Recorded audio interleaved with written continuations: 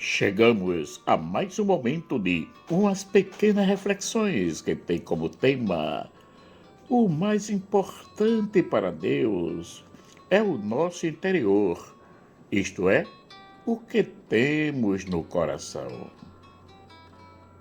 Para Deus, as capacidades intelectuais, laborais e outras não são tão importantes, porque o que lhe interessa é a nossa capacidade interior de procurar fazer sempre o bem. Jesus, ao escolher os seus companheiros, que depois chamou-os de apóstolos, procurou aqueles mais simples, como pescadores e cobradores de impostos.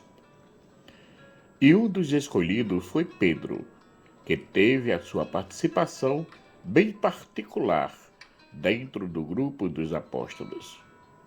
Jesus o chama junto com seu irmão André. Andando à beira do mar da Galileia, Jesus viu dois irmãos, Simão, chamado Pedro, e o seu irmão André. Eles estavam lançando redes ao mar, pois eram pescadores.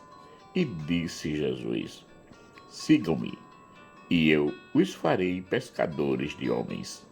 No mesmo instante, eles deixaram as suas redes e o seguiram.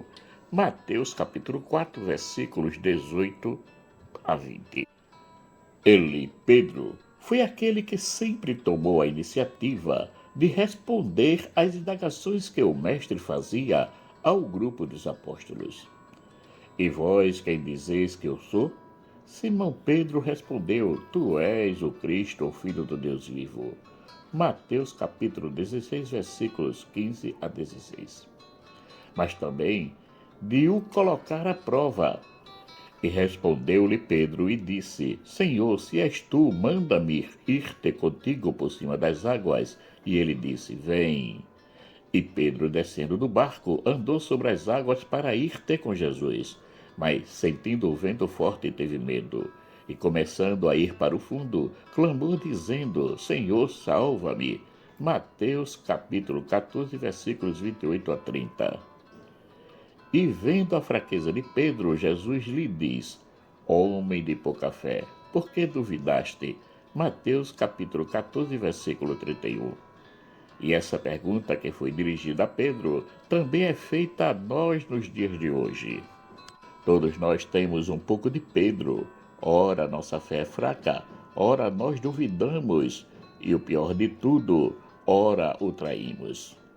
Assim como Pedro traiu negando-o diante do povo, nós o negamos cada vez que deixamos de testemunhá-lo lá onde estamos, seja em casa, no trabalho, na escola, no convívio com os amigos e com os colegas, etc. Mas, para Jesus, tudo aquilo que fazemos é passivo de compreensão, portanto, de renovação, através do arrependimento, que pode nos renovar e nos transformar em novas criaturas. Esse arrependimento vem acompanhado por uma atitude de fé. Arrependei-vos e crede no Evangelho. Marcos capítulo 1, versículo 15.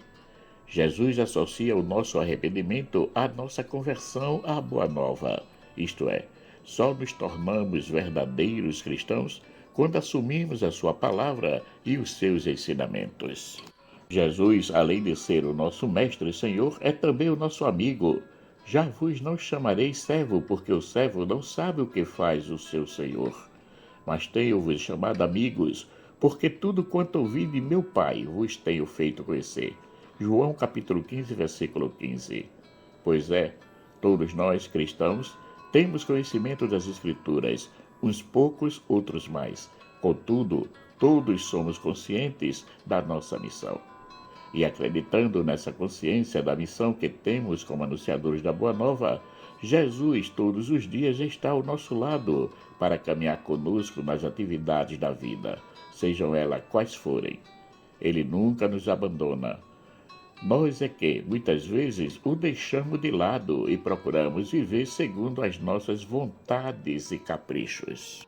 Então, como devemos viver a nossa missão de anunciadores da Boa Nova? Jesus, em um diálogo com Pedro, nos mostra a sua imensa misericórdia quando pergunta por 3 vezes a ele se o ama. Pedro se entristece pela quantidade de vezes que Jesus lhe pergunta se o amava, mas deu a sua resposta pela 3ª vez com muita convicção. Senhor, tu sabes tudo, tu sabes que eu te amo. João capítulo 21, versículo 17. A resposta convicta de Pedro, Jesus lhe diz pela 3ª vez: apacenta as minhas ovelhas. João capítulo 21, versículo 17. Como se vê, Jesus não ficou martelando os momentos que Pedro não lhe foi fiel, mas depositou nele toda a sua confiança. Assim, ele faz conosco cada vez que nós nos arrependemos e nos convertemos à sua palavra. Todos nós, assim como Pedro, somos merecedores da misericórdia divina. Logo, Jesus, todos os dias, vem até nós e nos pergunta: tu me amas?